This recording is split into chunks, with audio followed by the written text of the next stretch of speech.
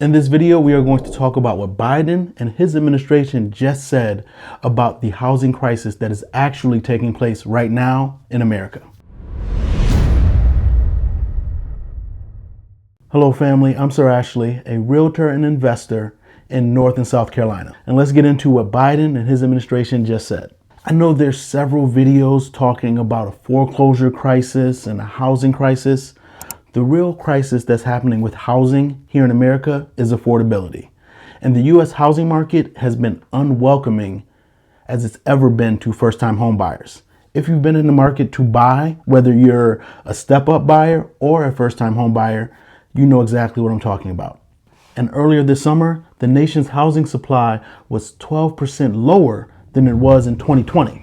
But at the same time, the median sale price of a home was up a whopping almost 18%, according to the figures from the National Association of Realtors. And if the number of homes continue to decline, there's only one place prices can go.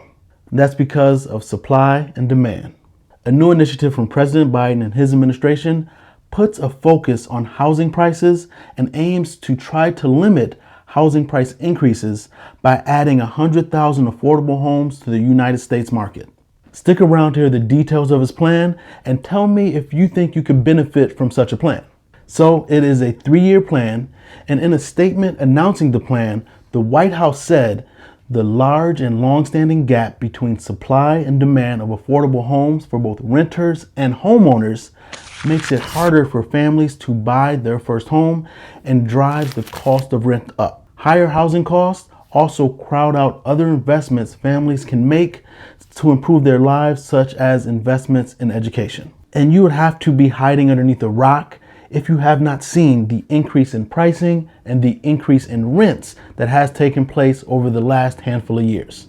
Biden's plan is to create, preserve, and sell nearly 100,000 additional affordable homes for homeowners and renters over the next 3 years. And to make their goal a reality, the administration is planning to do 3 things. The first thing they want to do is boost the supply of quality, affordable rental units, because home prices are forcing people to rent longer and putting upwards pressure on rent values. Therefore, the more rental units on the market, that will level off the housing cost or rental cost.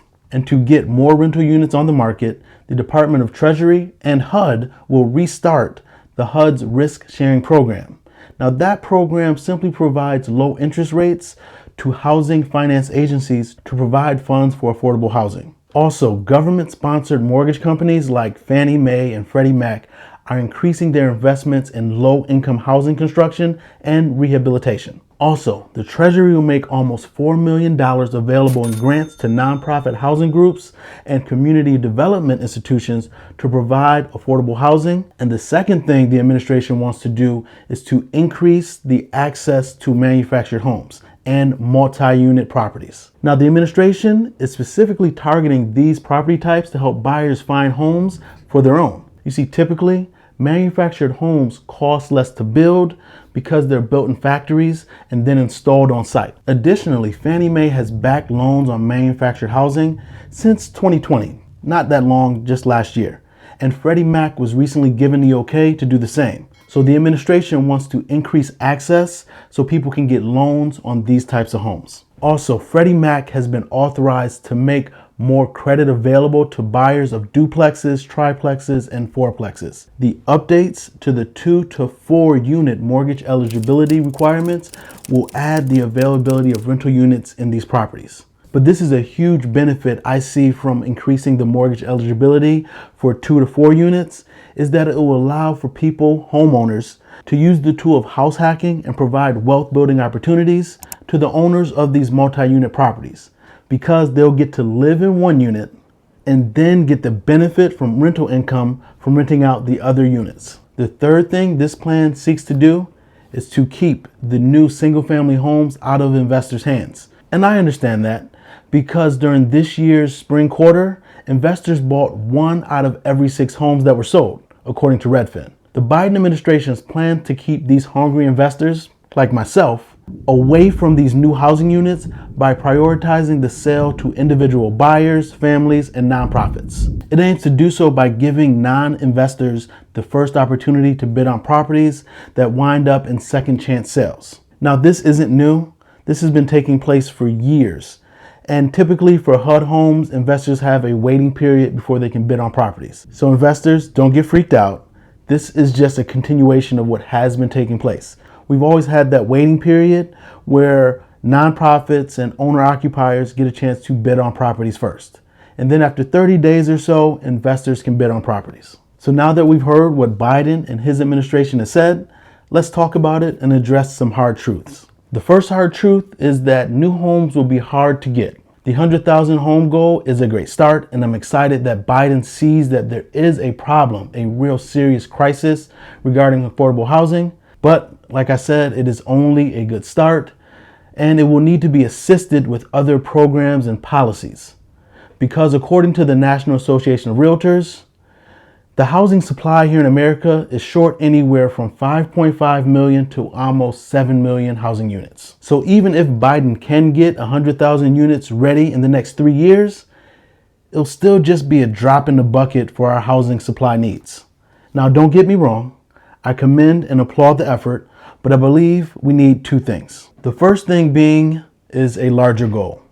100,000 homes is simply not enough. And secondly, we need to ramp up the time frame. 3 years is too long, in my opinion. The housing supply crisis isn't something new. It's something that has festered in the background for about the past decade. And I do understand that we as America, we're dealing with multiple crises right now, but we have to address this housing crisis and affordable housing right now. So I believe we need to at least triple the goal and have 100,000 homes per year for the next 3 years. To my fellow investors, this plan should not scare you, nor should it intimidate you. Actually, I believe it should be welcomed by you because one of Biden's goals is to increase the number of rentals. And who owns the majority of rentals? Small mom and pop investors. And to those of you who want to buy a home and live in it, if you're ready to buy right now or in the very near future, don't let this plan discourage you or deter you from accomplishing your immediate goal of home ownership. Don't get sidetracked from a new plan or proposal because we all know how the government works. Just because they plan something or propose it doesn't mean that they're always going to act on it. And while you're waiting for something that may not even come to fruition, you'll be missing out on these historically low mortgage rates. But keep in mind that the best mortgage rates or interest rates are offered to those with the strongest credit.